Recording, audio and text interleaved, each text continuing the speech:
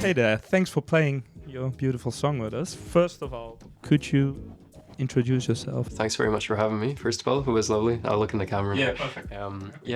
My artist name is Wyn Oran. My actual name is Callum. I grew up in Scotland, but my family are mostly from Ireland. The music I play, I guess, is quite informed by traditional music from Ireland, but also elsewhere, other kinds of folk music, Baroque music. Yeah, I guess I call it it's like gothic folk or mystical folk or something like that. What kind of food would suit the vibe of the song you just played? Well, it's not a food, but there is something that can be consumed in the song. So there's wine in the imagery of the song.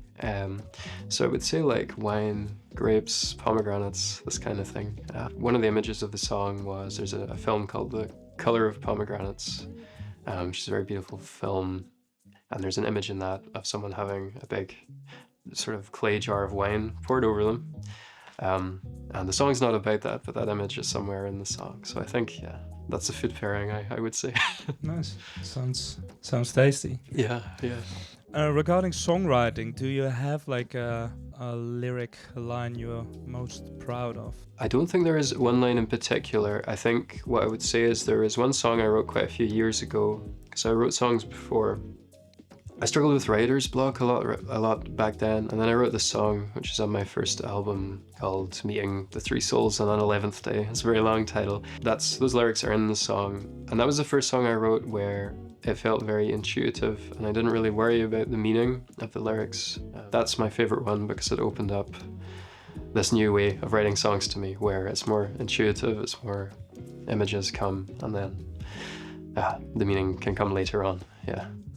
Yeah, because do you have like a standard writing process? I guess there's two ways. So sometimes I would write the text first, I'd write a poem, and then try and force it to be music. Usually I manage, sometimes not. And then sometimes also I will have a melody first, or I'll have, I'll just play around with some chords and that kind of thing. Sometimes through that, just through the rhythm of the melody you're singing, words will start to associate themselves with it. And that would be a way to begin a song as well for me sometimes, yeah. So for me, it's like music first or words first is kind of just being the way that I can be most open to just get whatever it is, if that makes sense. Do you write out a lot, like frequently? Or?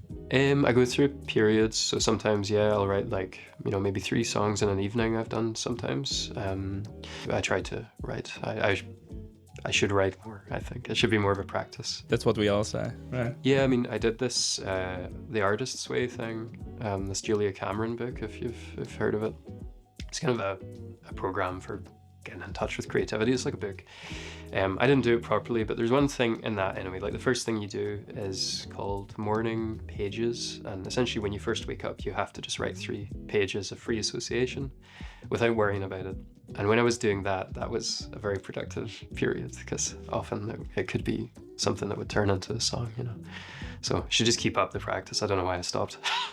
Yeah, you play live quite a lot as well. Do you have like a pre-gig ritual? I think honestly the thing that's most important for me is just a practical thing. Like I like to have a little bit of time at whatever venue it is before I have to go on, because sometimes I have, due to bad time management, arrived just as I have to play or very soon before. And so I think just kind of settling a little bit before I go on is nice. But other than that, not really. I would say just feeling that I've rehearsed it sufficiently is also, important.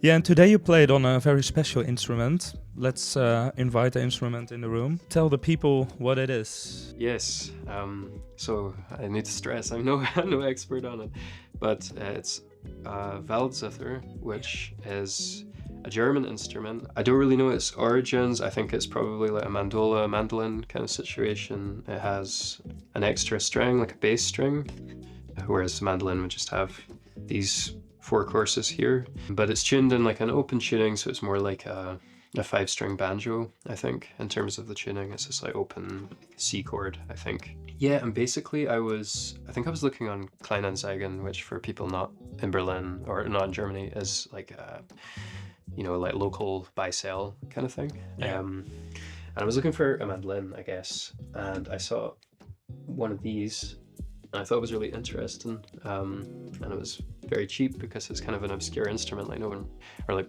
not many people play it, I guess. And so I thought I would take a chance on it. I'm really glad I did because it has this glass bridge as well. I pick it up again and show the glass bridge. It's kind of interesting, I think. Oh wow. Yeah. So that's apparently traditional, that it has this cut glass bridge. It's quite strange, and it came with it. And it gives it a very resonant sound. Like the sustain is very long.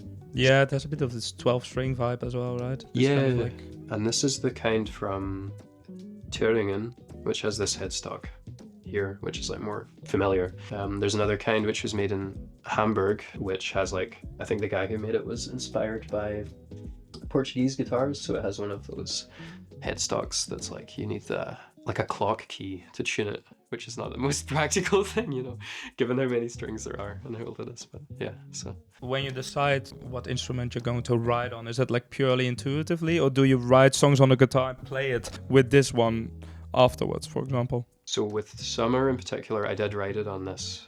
Because actually, when I got this, I loved playing it, but I couldn't write a song on it for a long time. I couldn't figure it out. And then finally, I managed to write that song on it. I was happy about that. But usually what I do, honestly, in the past, I have mostly written on guitar, and then I will arrange that for the bouzouki, because I usually now at shows play the bouzouki. So it's there's some process of translation there, which is sometimes easy and sometimes not so easy.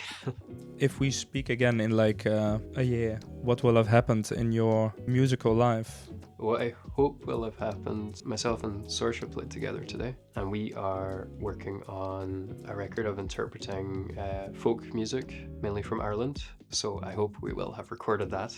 And I've also, it's mainly about recording stuff. So I've also written a bunch of songs that I would really love to record for my next album. And I hope to start working on that this year as well. Mm-hmm. So yeah, I think those would be the main things. And the only other thing, actually, I would really like to do this year is to try and book a bit of a tour somewhere, whether in Ireland or in Germany or both. But I would like to kind of do a bit more on the road. That would be great if I managed to. Sounds like a productive year.